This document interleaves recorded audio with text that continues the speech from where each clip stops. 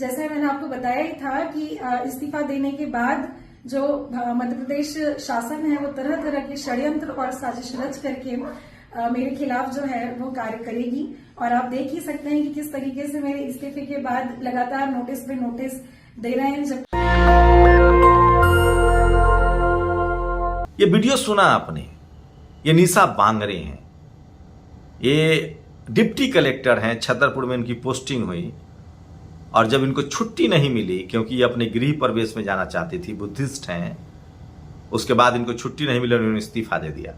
लेकिन इस्तीफा देने के बाद इनकी मुश्किलें बढ़ती जा रही है।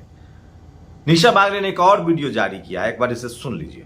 फोन आ रहे हैं और अब कल मेरे मकान का उद्घाटन है, मैं व्यस्त हूँ, तो मैं बता देना चाहती हूँ कि जैसे मैंने आपको बताया ही था कि इस्तीफा देने के बाद जो मध्य प्रदेश शासन है वो तरह तरह के षड्यंत्र और साजिश रच करके मेरे खिलाफ जो है वो कार्य करेगी। और आप देख ही सकते हैं कि किस तरीके से मेरे इस्तीफे के बाद लगातार नोटिस पे नोटिस दे रहे हैं, जबकि ऐसी कोई बात ही नहीं है और मुझे इस्तीफा के पहले आज तक कोई नोटिस भी नहीं मिला।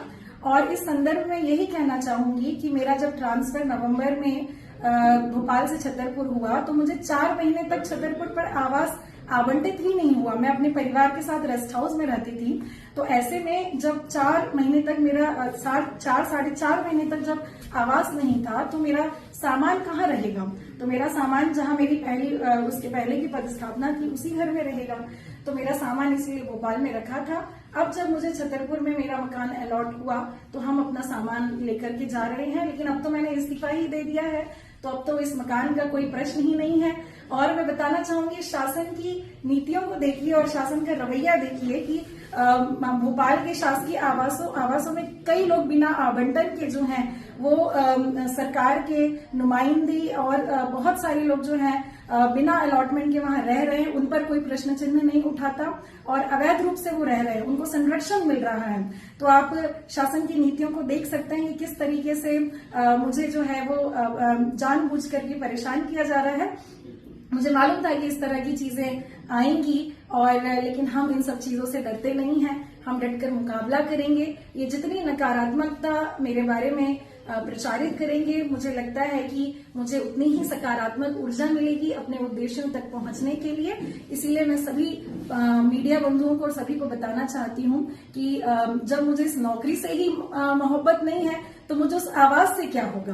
तो मैं वो आवाज तो खाली कर ही दूंगी अपने इस कार्यक्रम के बाद।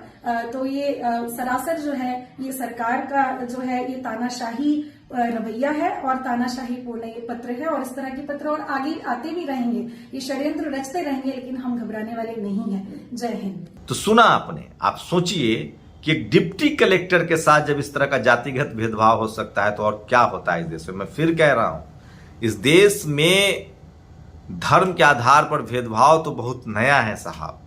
2000 सालों से लोग जातिगत भेदभाव झेल रहे हैं और ये भेदभाव तब तक चलता रहेगा जब तक आप निशा बांगरे की तरफ खुलकर सामने नहीं आएंगे, अपनी बात नहीं कहेंगे।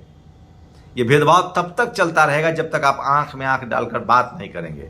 ये भेदभाव तब तक चलता रहेगा जब इस देश के संविधान को पूरी तरह से लागू नहीं किया जाएगा और हर जाति, धर्म और विचारधारा के लोग सिस्टम में नहीं आएंगे।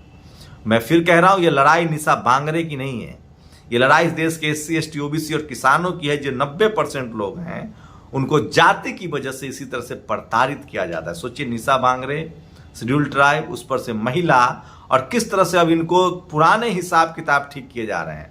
मैं फिर कह रहा हूं, इस देश के टीवी अखबार ने इस देश के नेताओं को बदनाम किया, बहुजन नेताओं को चोर अपराधित करार दिया। इस देश के सिस्टम ने खीरा चोरी के झूठे आरोपों में भी SC, ST, OBC को जेल में बंद किया। आप अधिकारी हो जाएं, पत्रकार हो जाएं, कर्मचारी हो जाएं, आपको 2म दर्जे के नागरिक होने का एहसास कराया जाता है। और इसकी सबसे बड़ी वजह है आपकी चुप्पी। इसकी सबसे बड़ी वजह है आपकी चुप्पी, आपका डर। जब तक ये नहीं जाएगा आपके मन से, आपके संवैधानिक अधिकार नहीं मिलेंगे। एक बार फिर से दूसरे विंडो में चिट्ठियां देखिए जो निशा बांगरे ने लिखा है, लेकिन जो हिम्मत, जो हौसला उन्होंने दिखाया वो काबिले तारीफ है और पूरी दुनिया में निशा बांगरे की चर्चा हो रही है। मध्य प्रदेश सरकार को सोचना पड़ेगा, चुनावी समय है और अगर निशा बांगरे के मामले को सॉर्ट आउट नहीं किया गया तो चुनावी रूप से बड़ा नुकसान हो सकता है।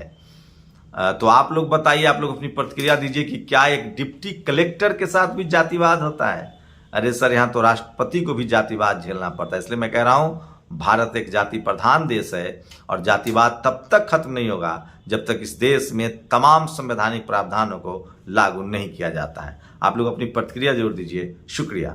नेशनल दस्तक की आपसे गुजारिश है कि अगर इसको बचाना चाहते हैं तो नेशनल दस्तक को सब्सक्राइब करने के लिए रेड कलर के सब्सक्राइब बटन को दबाएं, फिर बेल आइकन की घंटी दबाएं। नेशनल दस्तक को बचाने के लिए बहुत जरूरी है कि हर खबर को शेयर करें, लाइक करें, कमेंट जरूर करें।